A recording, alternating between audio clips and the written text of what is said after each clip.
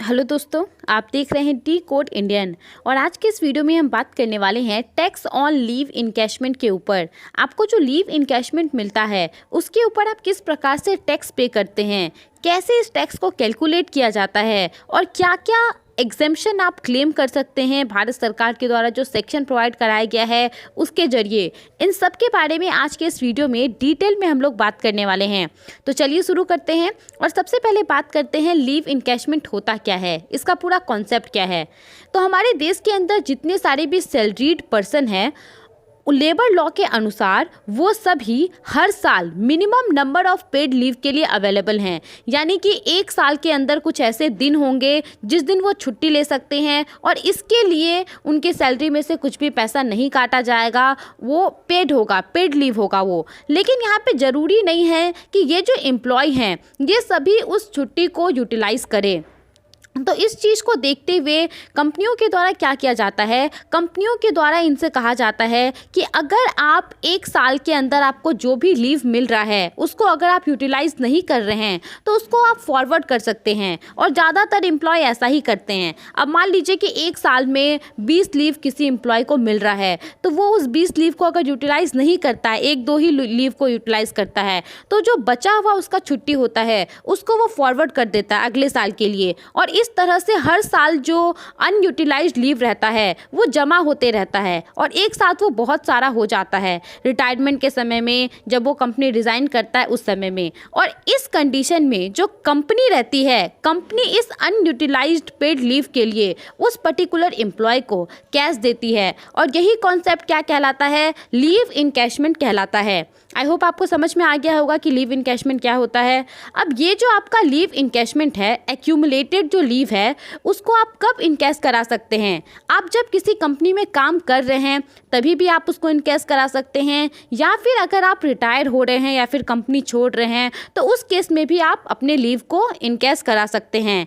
अगर आप काम कर रहे हैं कंपनी के अंदर और तब आप लीव इनकैश करवा रहे हैं तो इस कंडीशन में जो भी आपका अमाउंट बनता है उसके ऊपर आपको भारत सरकार को टैक्स देना पड़ेगा। फुल्ली टैक्सेबल होगा ये, और जो भी अमाउंट होगा वो डायरेक्ट आपका इनकम फ्रॉम सैलरी में शो होने लगेगा। और वहाँ से जो भी आपका टोटल अमाउंट होगा, उसके जो भी आपका टोटल अमाउंट होगा इनकम का, उसमें ऐड हो जाएगा और फिर आपको भारत सरकार को टैक्स देना पड़ेगा। एक एग्जांपल से समझते हैं। मान लीजिए कि किसी एक एम्प्लॉय की हर महीने की सैलरी 30,000 रुपये है और हर महीने उसको कंपनी के द्वारा 2 लीव दिए जाते हैं। तो इस प्रकार से एक साल में उस पर्टिकुलर एम्प्लॉय को कितने पेड लीव मिलते हैं? 24 दिन का उसको पेड लीव मिलता है यहाँ पे। अब उसका जो पूरा साल का, अगर मान लीजिए कि उसने पूरे साल में एक भी छुट्टी का इस्तेमाल नहीं किया तो पूरे साल में उसको कितने पेड लीव मिल गया? 24 मिल गया।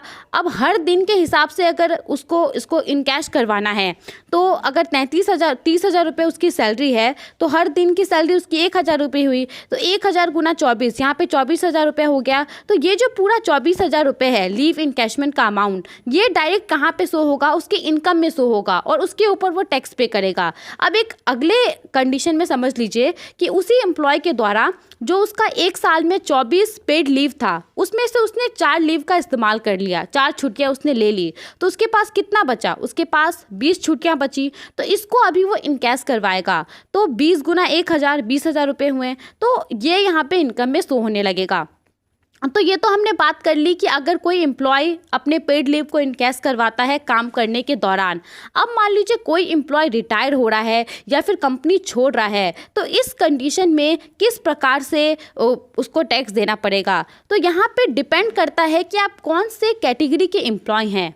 मान लीजिए कि आप सेंट्रल या फिर स्टेट गवर्नमेंट एम्प्लॉय हैं, तो इस कंडीशन में जो भी आपका लीव इनकैशमेंट का अमाउंट होगा वो फुल्ली एग्जेम्प्ट रहेगा, किसी भी प्रकार का आपको टैक्स पे नहीं करना पड़ेगा। अगर कोई मृतक एम्प्लॉय है तो उसका जो भी लीव इनकैशमेंट अमाउंट बनता है उसके ऊपर भी किसी प्रकार का टैक्स नहीं लगेगा। लेकिन अगर कोई नॉन गवर्नमेंट एम्प्लॉय है तो उसका यहाँ पे जो भी लीव इनकैशमेंट अमाउंट होगा उसको यहाँ पे उसके ऊपर टैक्स पे करना पड़ेगा। और ये टैक्स कैलकुलेट करने के लिए भारत सरकार के द्वारा एक सेक्शन प्रोवाइड कराया गया है, सेक्शन 10 सब क्लॉज 10AA। तो इसके अंदर कुछ कुछ एग्जेम्पशन दिए गए हैं। उस एग्जेम्पशन को जब आप यूज़ करेंगे, उस छूट को जब आप यूज़ करेंगे, तो जो लास्ट में आपका बैलेंस बचेगा वो आपका टैक्सेबल होगा। इनकम फ्रॉम सैलरी के तौर पे टैक्स देना पड़ेगा। नाउ अब हम बात करते हैं कि एग्जैक्टली आप कैसे कैलकुलेट करेंगे। आप एक नॉर्मल एम्प्लॉय हैं, आपको कैलकुलेट करना है, तो आप किस प्रकार से कैलकुलेट करेंगे कि आपके लीव इनकैशमेंट के ऊपर कितना आपको टैक्स देना पड़ेगा। तो इसके लिए बहुत ही सिंपल सा एक फॉर्मूला है। सबसे पहले आपको कंपनी के द्वारा जो भी लीव इनकैशमेंट प्रोवाइड कराया जा रहा है उसको आप लिख लीजिए। और उसके बाद यहाँ पे 4 कंपोनेंट हैं। सबसे पहला कंपोनेंट है 3 लाख रुपया। भारत सरकार के द्वारा 3 लाख रुपया तक आपको छूट दिया जाता है। दूसरा कंपोनेंट है आपका जो एक्चुअल लीव इनकैशमेंट आपको कंपनी देती है वो। तीसरा कंपोनेंट है आपका आपके लास्ट 10 महीने का जो भी सैलरी है, एवरेज सैलरी, उसको आप 10 से गुना कर दीजिए, वो हो गया। और चौथा इक्विपमेंट है आपका cash equivalent of unavailed leave, यानी कि हर दिन की जो आपकी सैलरी होगी उससे अगर आप गुना कर देंगे जो भी पूरा साल आपने काम किया है। और पूरे साल में मान लीजिए 10 साल आपने काम किया, 15 साल काम किया आपने, तो 15 साल में जो भी आपका अनयूटिलाइज्ड लीव होगा हर साल के हिसाब से, तो इन दोनों को अगर आप गुना कर देंगे तो जो आएगा वो। तो 4 यहाँ पे कंपोनेंट है। इन 4 कंपोनेंट में से जो सबसे कम होगा उसको आप घटा दीजिए लीव इनकैशमेंट रिसीप्ट से, और जो आपका अमाउंट बचेगा वो आपका टैक्सेबल होगा। आई नो थोड़ा सा आपको ये कंफ्यूजिंग लगा होगा, एक एग्जाम्पल से समझते हैं तो चीज़ें पूरी क्लियर हो जाएंगी। मान लीजिए कि एक कोई व्यक्ति है जिसने एक कंपनी में 15 साल 5 महीने काम किए और उस कंपनी के द्वारा हर साल उस एम्प्लॉय को 35 दिन का पेड लीव दिया जा रहा था। तो इस हिसाब से अगर उसने 15 साल काम किए तो उसका 15 साल का पूरा पेड लीव कितना हुआ, 542 दिन उसका पेड लीव हुआ। अब 542 दिन में से 200 दिन उसने यूटिलाइज कर लिए, इन छुट्टियों का उसने इस्तेमाल कर लिया। तो यहाँ पे अभी भी उसके पास 342 दिन ऐसे बचे छुट्टी वाले जिसका उसने इस्तेमाल नहीं किया था, यानी कि अनयूटिलाइज्ड लीव्स उसके पास बचे। अब यहाँ पे वो उसको कैसे कैलकुलेट करेगा कि उसका जो लीव इनकैशमेंट है वो कितना होगा, अमाउंट उसका। तो सिंपल, यहाँ पे सबसे पहले उसको पता करना है कि उसकी सैलरी कितनी है। अगर उसकी सैलरी 33,000 रुपये पर महीने है, यहाँ पे इस पर्टिकुलर एग्जाम्पल में हम बात कर रहे हैं, तो हर दिन की सैलरी उसकी कितनी हो गई, 1100 रुपये हो गई। अब 1100 को आप गुना कर दीजिए जो अनयूटिलाइज्ड लीव है उससे, 342 दिन था उससे आप गुना कर दीजिए, तो यहाँ पे 3,76,200 आ गए। तो ये पूरा लीव इनकैशमेंट का इसका एक्चुअल लीव इनकैशमेंट जो कंपनी से उसको रिसीव हुआ है उसका अमाउंट हो गया। अब यहाँ पे इसको जो अलग अलग एग्जेम्पशन दिए गए हैं भारत सरकार के द्वारा, जिसके बारे में मैंने आपको अभी बताया, 4 प्रकार के कंपोनेंट हैं। सबसे पहला यहाँ पे भारत सरकार के द्वारा जो लिमिट दिया गया 3 लाख रुपए का, वो उसको लिख लीजिए आप। फिर आपका जो एक्चुअल अमाउंट रिसीव हुआ है वही 3,76,200, उसको लिख लीजिए आप। उसके बाद जो लास्ट 10 महीने की आपकी एवरेज सैलरी है उसको आप गुना कर दीजिए 10 से। तो अगर मान लीजिए कि लास्ट 10 महीने की आपकी एवरेज सैलरी सेम है, 33,000 रुपये है, तो क्या होगा 33,000 गुना 10, तो 3,30,000 रुपये मैंने यहाँ पे लिख दिया है। और जो चौथा कंपोनेंट था cash equivalent to unavailed leave, उसको आप लिख लीजिए 2,75,000 रुपये। अब यहाँ पे इसको मैंने कैसे निकाला है उसको थोड़ा सा जान लेते हैं। इसको निकालने के लिए एक फॉर्मूला है सैलरी पर डे। तो सैलरी पर डे आपका कितना था, 1100 रुपये था। इसको आपको गुना कर देना है अनयूटिलाइज्ड लीव से, और ये जो अनयूटिलाइज्ड लीव्स होगा वो जितने साल आपने कंपनी में काम किए हैं वो पूरे साल का होगा। तो इसको निकालने के लिए आपको क्या करना है, जो अनयूटिलाइज्ड लीव्स है उसको निकालने के लिए आपको ये पता करना है कि हर साल आपकी कंपनी कितनी लीव आपको देती है।